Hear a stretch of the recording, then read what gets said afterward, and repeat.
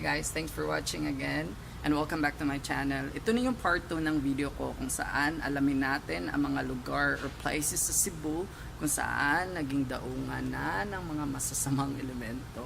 I'm just kidding, daungan ng mga bisexual. At andito ako ngayon sa Jones Avenue, so tingnan natin at silipin natin ang mga lugar kung totoo nga bang maraming mga bisexual na naghuhook up dito or dumadaan.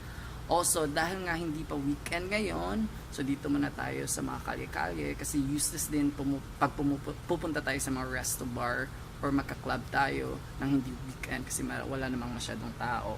So samahan niyo akong alamin. Oh my God, parang I-witness na itong challenge ko. At buwis buhay challenge nito kasi nakakatakot. Yan naman to siya nga ako.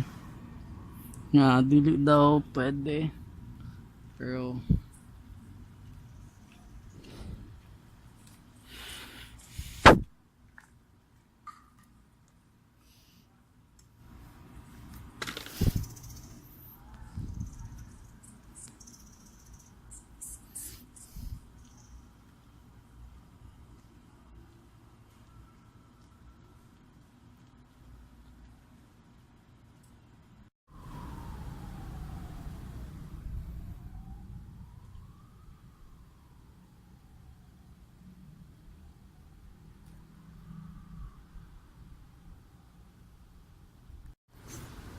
here we go na guys.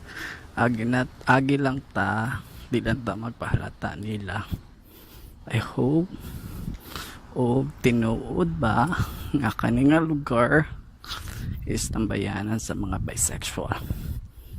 Okay, medyo ngit-ngit na nagtambay.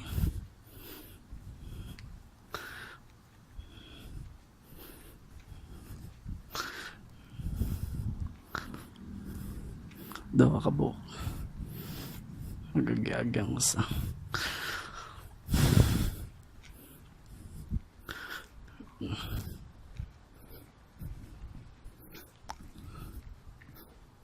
naasa puno nagkaan siya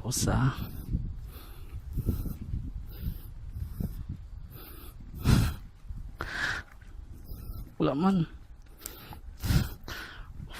mga 4 pasulti-sulti ako sa kayo para ingong wala. So sa unahan wala ko baloob na unsa sila nakuyawan ko. Okay, basig kuanig kayo.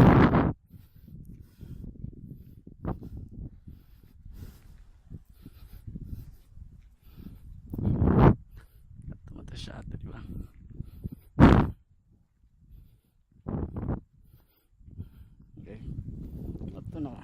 Hi guys, thanks for watching Asintado. Gikapoy kog lakaw, gikapoy kog Bahis Bahis diri mura kog nanakop og Pokemon. I started walking at around 2 a.m. and now 3:30 na in the morning. And then yeah, I still see same faces Japon and I don't know what are they doing sa ingani nga purasa and I'm not sure kung mga maya sila. But yeah, I captured nga naka-record ko og mga staging diniha but I won't upload it kay lain siya paminawon. And guys, next video will be kamo na ang huhusga kung mga unsa sila or if this is the right place jud nga kung tinuod ba jud ang lugar nga hook-upanan kuno sa mga ngiring nga mga maya. And also yeah, next video will be matlabta and if it is possible na maka-capture tag moments sa sauna. So, thanks again for watching and subscribe para ma-notify sa next video kung asa na to panakpon ni silang mga Pokemon na asa sa magtapos.